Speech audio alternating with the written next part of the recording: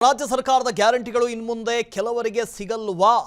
ಇನ್ಮುಂದೆ ಗ್ಯಾರಂಟಿ ಯೋಜನೆ ಪಡೆಯೋದಕ್ಕೆ ಕಂಡೀಷನ್ಸ್ ಅಪ್ಲೈ ಆಗತ್ತಾ? ಅನರ್ಹ ಫಲಾನುಭವಿಗಳನ್ನು ಕೈ ಬಿಡುವಂತೆ ಸಚಿವರು ಮನವಿ ಮಾಡಿದ್ದಾರೆ. ಗ್ಯಾರಂಟಿ ಯೋಜನೆಗಳಲ್ಲಿ ಬದಲಾವಣೆ ತರುವಂತೆ ಮನವಿ ಮಾಡಿಕೊಂಡಿದ್ದಾರೆ. ಕಾಂಗ್ರೆಸ್ ಹೈಕಮಾಂಡ್ಗೆ ಮನವಿ ಮಾಡಿದ್ದಾರೆ ರಾಜ್ಯದ ಸಚಿವರುಗಳು. ರಣದೀಪ್ ಸುರ್ಜೇವಾಲಾಗೆ ಮನವಿ ಮಾಡಿದ್ದಾರಂತೆ ಸಚಿವರು. ಎಲ್ರಿಗೂ ಸಿಗ್ತಾ ಇದೆ ಗ್ಯಾರಂಟಿ, 52 ಸಾವಿರ ಕೋಟಿ ಖರ್ಚಾಗ್ತಾ ಇದೆ. ಎಲ್ರಿಗೂ ಬೇಡ, ಉಳ್ಳವರಿಗೆ ಬೇಡ. ಅಭಿವೃದ್ಧಿಗೆ ಕಾಸು ಸಾಲ ಆಗ್ತಾ ಇಲ್ಲ, ಅನುದಾನವೇ ಇಲ್ಲ. ಹೀಗಿರುವಾಗ ಮುಂದೆ ಪಕ್ಷ ಗೆಲ್ಲೋದು ಹೇಗೆ? ಈ ಹಿಂದೆ ತೆಲಂಗಾಣದಲ್ಲಿ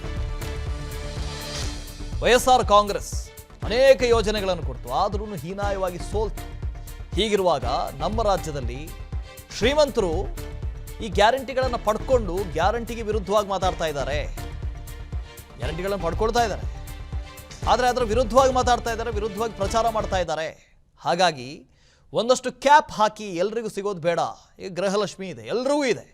ಅದು ಅಂಬಾನಿ ಹೆಂಡತಿಗೂ ಇದೆ, ಇನ್ಫೋಸಿಸ್ ಅವ್ರಿಗೂ ಇದೆ, ಎಲ್ರಿಗೂ ಇದೆ, ಬಡವರಿಗೂ ಇದೆ. ಹೀಗಿರುವಾಗ ಶ್ರೀಮಂತರಿಗೆ ಯಾಕೆ ಕೊಡಬೇಕು? ಒಂದಷ್ಟು ಜನರಿಗೆ ಇಲ್ಲಿ ಕಂಡೀಷನ್ಸ್ ಅಪ್ಲೈ ಆಗುವಂಥ ಸಾಧ್ಯತೆ ಇದೆ. ಇನ್ನು ಮುಂದೆ ಗ್ಯಾರಂಟಿ ಯೋಜನೆ ಪಡೆಯೋದಕ್ಕೆ ಕಂಡೀಷನ್ಸ್ ಹೆಚ್ಚಿಗೆ ಇರಬಹುದು. ಅನರ್ಹ ಫಲಾನುಭವಿಗಳನ್ನು ಕೈ ಬಿಡುವಂತೆ ಸಚಿವರು ಮನವಿ ಮಾಡಿದ್ದಾರೆ. ಅದಕ್ಕೆ ಕಾರಣ ಅನುದಾನದ ಕೊರತೆ. ಗ್ಯಾರಂಟಿ ಯೋಜನೆಗಳ ಬಗ್ಗೆ ಮಾತನಾಡದಂತೆ ಹೇಳಿದ್ದಾರೆ. ಕೆಪಿಸಿಸಿ ಅಧ್ಯಕ್ಷರು, ಶಾಸಕರು ಸಚಿವರಿಗೆ ಸೂಚನೆ ಕೊಟ್ಟಿದ್ದಾರೆ. ನಾವು ಮಾತಾಡಬಾರದು ಅಂದರೆ ಬದಲಾವಣೆ ಅಗತ್ಯ ಇದೆ. ಈಗ ಇರುವ ಪಂಚ ಗ್ಯಾರಂಟಿಗಳಿಗೆ ಸ್ವಲ್ಪ ಬದಲಾವಣೆ ಅಗತ್ಯ ಇದೆ. ಬಡವರಿಗೆ ಮಾತ್ರ ಗ್ಯಾರಂಟಿಗಳು ಸಿಗುವಂತೆ ಮಾಡಬೇಕಾಗಿದೆ. ಗ್ಯಾರಂಟಿ ಯೋಜನೆಯ ಸ್ವರೂಪ ಬದಲಾವಣೆ ಮಾಡಬೇಕು. ಅನರ್ಹ ಫಲಾನುಭವಿಗಳನ್ನು ಕೈ ಬಿಟ್ಟರೆ ಹಣ ಉಳಿತಾಯ ಆಗುತ್ತೆ. ಸುಮಾರು 20,000 ಕೋಟಿ ರೂಪಾಯಿ ಉಳಿತಾಯ ಆಗುತ್ತೆ. ಇದರಿಂದ ಅಭಿವೃದ್ಧಿ ಕಾರ್ಯಗಳಿಗೆ ಹಣ ಸಿಗಬಹುದು.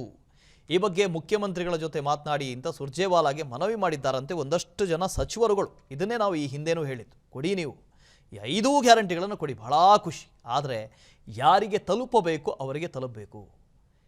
ಯಾರಿಗೆ ಅಗತ್ಯ ಇಲ್ವೋ ಅವ್ರಿಗೆ ನೀವು ಕೊಟ್ಟೇನು ಮಾಡ್ತೀರಿ? ಒಂದು 5 ಲೀಟ್ರ್ ನೀರು ಕುಡಿಯೋದು, ಬಾಯಾರಿಕೆ ಆಗ್ತಾ ಇರುತ್ತೆ ಅಂತ ನೀರು ಕುಡಿಯೋದು. 5 ಲೀಟ್ರ್ ಕುಡ್ದಾದ್ಮೇಲೆ ಇನ್ನು ಹೆಂಗೆ ಕುಡಿಯೋದು? ನೀವು ತುರುಕಿದ್ರೆ ಅದು ಇಂಡೈಜೆಷನ್ ಆಗುತ್ತೆ. ಮಾರುತಿ ಇದ್ರ ಬಗ್ಗೆ ಹೆಚ್ಚಿನ ಡೀಟೇಲ್ಸನ್ನು ಕೊಡ್ತಾ ಹೋಗ್ತಾರೆ. ಲೈವ್ನಲ್ಲಿ ಜಾಯ್ನ್ ಆಗ್ತಾ ಇದ್ದಾರೆ. ಮಾರುತಿ, ಈ ಹಿಂದೆ ನಾವು ಇದನ್ನೇ ಹೇಳಿದ್ದು, ಯಾರಿಗೆ ಸಿಗಬೇಕು ಅವರು ಕೊಡಿ, ಸಮಸ್ಯೆ ಇಲ್ಲ. ಬೇಡದೇ ಇರೋಂಥವ್ರಿಗೆ ಯಾರು ಕೊಡ್ತೀರಿ ಅಂತ. ಇಲ್ಲ, ಸರ್ಕಾರ ಹೇಳ್ತು ಕಾಕಾ ಸಾಹೇಬಂಗೂ ಕೊಡ್ತೀವಿ, ನಾವು ಇನ್ನೊಬ್ಬರಿಗೂ ಕೊಡ್ತೀವಿ, ಎಲ್ಲರೂ ಕೊಡ್ತೀವಿ ಅಂತ. ಇವಾಗ ಮತ್ತೆ ಪ್ಲ್ಯಾನ್ ಮಾಡ್ತಾ ಇದ್ದಾರ ಅಂತ ಕ್ಯಾಪ್ ಹಾಕೋದಕ್ಕೆ. ವಾಸು, 2023 ಮೇ ಜೂನ್ ತಿಂಗಳಲ್ಲಿ ಈ ಸರ್ಕಾರ ಬಂದ ಬಳಿಕ ಮೊದಲನೇದಾಗಿ ಗ್ಯಾರಂಟಿಗಳನ್ನು ಅನುಷ್ಠಾನ ಮಾಡಬೇಕು ಅನ್ನುವಂತಹ ಒಂದು ನಿರ್ಧಾರಕ್ಕೆ ಬಂದರು. ಅವತ್ತೇ ಆರ್ಥಿಕ ಇಲಾಖೆ ಭಾಳಷ್ಟು ಸ್ಪಷ್ಟವಾಗಿ ಹೇಳಿತ್ತು, ಒಂದು ವೇಳೆ 5 ಗ್ಯಾರಂಟಿಗಳನ್ನು ಚಾಚು ತಪ್ಪದೆ ನೀವು ಪಾಲನೆ ಮಾಡಬೇಕು, ಆ ಗ್ಯಾರಂಟಿಗಳನ್ನು ಅನುಷ್ಠಾನ ಮಾಡ್ತೀವಿ ಅಂತ ಹೋಗಿದ್ದೆ ಆದರೆ, ನಿಮ್ಮ ಪ್ರಣಾಳಿಕೆಯಲ್ಲಿ ಯಥಾವತ್ತಾಗಿ ನಾವು ಜಾರಿ ಮಾಡ್ತೀವಿ ಅಂತ ಹೋಗಿದ್ದೆ ಆದರೆ ಆರ್ಥಿಕ ಇಲಾಖೆ ಮೇಲೆ ಭಾಳಷ್ಟು ಪೆಟ್ಟು ಬೀಳುತ್ತೆ. ಮುಂದಿನ ದಿನಗಳಲ್ಲಿ ಆರ್ಥಿಕತೆ ಮೇಲೆ ಭಾಳಷ್ಟು ಸಮಸ್ಯೆಗಳು ಆಗ್ತವೆ ಅನ್ನುವಂಥ ಒಂದು ಎಚ್ಚರಿಕೆಯನ್ನು ಅವತ್ತೇ ಹೇಳಿತು.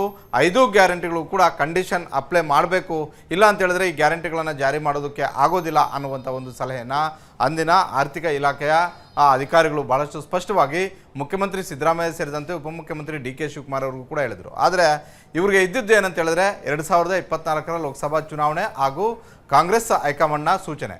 ಎರಡನ್ನೂ ಕೂಡ ಕಾಂಗ್ರೆಸ್ ಹೈಕಮಾಂಡ್ಗೆ ಏನಾಗಿತ್ತು, 2024 ಲೋಕಸಭಾ ಚುನಾವಣೆ ಕರ್ನಾಟಕದಲ್ಲಿ 5 ಗ್ಯಾರಂಟಿಗಳು ಯಶಸ್ವಿಯಾಗಿ ನಾವು ಜಾರಿ ಮಾಡಿದ್ದೆ ಆದರೆ ಇಡೀ ದೇಶಾದ್ಯಂತ ಇದನ್ನು ಪ್ರಚಾರದ ಅಸ್ತ್ರವನ್ನಾಗಿ ಬಳಸ್ಕೊಳ್ಬೋದು. ಹೀಗಾಗಿ ನೀವು ಅನಿವಾರ್ಯವಾಗಿ ಈ ಗ್ಯಾರಂಟಿಗಳನ್ನು ಅನುಷ್ಠಾನ ಮಾಡಲೇಬೇಕು, ಯಾವ ಗ್ಯಾರಂಟಿಗೂ ಕಿಂಚಿತ್ತೂ ಸಮಸ್ಯೆ ಆಗಬಾರ್ದು ಅನ್ನುವಂಥ ಒಂದು ತಾಕೀತನ್ನು ಕಾಂಗ್ರೆಸ್ ಹೈಕಮಾಂಡ್ ನಾಯಕರುಗಳು ಮಾಡಿದ್ರು. ಕಾಂಗ್ರೆಸ್ ಹೈಕಮಾಂಡ್ ನಾಯಕರುಗಳು ಏನು ಮಾಡಿದ್ರು ಅದನ್ನು ನಮ್ಮ ರಾಜ್ಯದ ಕಾಂಗ್ರೆಸ್ ನಾಯಕರು ಮಾಡಿದ್ದಾರೆ, ಅದು ಬೇರೆ ವಿಚಾರ. ಆದರೆ ಒಂದಂತೂ ಸ್ಪಷ್ಟ, ಇವತ್ತಿಗೂ ಕೂಡ ರಾಜ್ಯ ಸರ್ಕಾರದ 5 ಗ್ಯಾರಂಟಿಗಳಿಂದ ಆರ್ಥಿಕ ಇಲಾಖೆ ಮೇಲೆ ಭಾಳಷ್ಟು ಪೆಟ್ಟು ಬಿದ್ದಿದೆ. ಇದು ಸ್ವತಃ ಕಾಂಗ್ರೆಸ್ನ ಶಾಸಕರು ಮಾತಾಡ್ತಾ ಇದ್ದಾರೆ. ಅದೇ ರೀತಿ ಸಚಿವರು ಕೂಡ ಮಾತಾಡ್ತಾ ಇರುವಂಥದ್ದು. ಅದರಲ್ಲಿ ಮುಂದಾಳತ್ವ ವಹಿಸಿ ನೇರವಾಗಿ ಇದನ್ನು ಹೈಕಮಾಂಡ್ ಗಮನಕ್ಕೆ ತಂದಿರುವಂಥದ್ದು ಸತೀಶ್ ಜಾರಕಿಹೊಳಿ ಅವರು. ಗ್ಯಾರಂಟಿಗಳನ್ನು ಸಮಸ್ಯೆ ಆಗ್ತಾ ಇರೋದ್ರಿಂದ ಇದಕ್ಕೆ ಒಂದಷ್ಟು ನಾವು ಕಂಡೀಷನ್ ಆಗದೇ ಇದ್ದರೆ ಮುಂದಿನ ದಿನಗಳಲ್ಲಿ ರಾಜ್ಯವನ್ನು ಮುನ್ನಡೆಸೋದು ಭಾಳಷ್ಟು ಕಷ್ಟ ಆಗುತ್ತೆ, ಅಭಿವೃದ್ಧಿಗೂ ಕೂಡ ಯಾವುದೇ ಹಣ ಸಿಗ್ತಾ ಇಲ್ಲ ಅನ್ನುವಂಥದ್ದನ್ನು ಹೇಳಿದ್ದಾರೆ.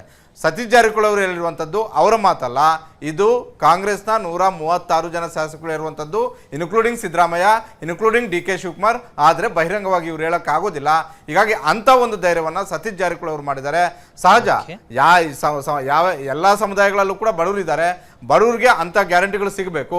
ಆದರೆ ಇಲ್ಲಿ ಆಗ್ತಿರೋದು ಏನಂತ ಹೇಳಿದ್ರೆ ಬಡವ್ರಿಗಿಂತಲೂ ಹೆಚ್ಚಿಗೆ ಯಾರಿಗೆ ಸಿಗಬಾರ್ದಾಗಿತ್ತೋ ಅಂಥವ್ರಿಗೆ ಸಿಗ್ತಾ ಇದೆ ಅನ್ನುವಂಥ ಒಂದು ಆಕ್ಷೇಪ ಮತ್ತೆ ಅಸಮಾಧಾನ ಇರುವಂಥದ್ದು. ಇದ್ರ ಜೊತೆಗೆ ಕಾಂಗ್ರೆಸ್ ಒಂದಷ್ಟು ರಾಜಕೀಯ ಇರ್ಬೋದು, ಗ್ಯಾರಂಟಿಗಳ ಪಡ್ಕೊಂಡವರೆಲ್ಲರೂ ಕೂಡ ಲೋಕಸಭಾ ಚುನಾವಣೆಯಲ್ಲಿ ಇವ್ರಿಗೆ ವೋಟ್ ಹಾಕ್ಲಿಲ್ಲ ಅನ್ನುವಂಥ ಒಂದು ಅಸಮಾಧಾನ ಇದ್ದೇ ಇದೆ.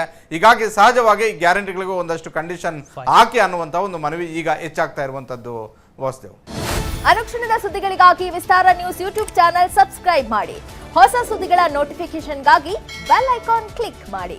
ಲೇಟೆಸ್ಟ್ ಅಪ್ಡೇಟ್ಸ್ಗಾಗಿ www.vistaranews.com ವೆಬ್ಸೈಟ್ಗೆ ವಿಸಿಟ್ ಮಾಡಿ. ಅಂಗೈಯಲ್ಲೇ ಜಗತ್ತಿನ ಸುದ್ದಿ ತಿಳಿಯಲು ವಿಸ್ತಾರ ನ್ಯೂಸ್ ಕನ್ನಡ ಆಪ್ ಡೌನ್ಲೋಡ್ ಮಾಡಿ.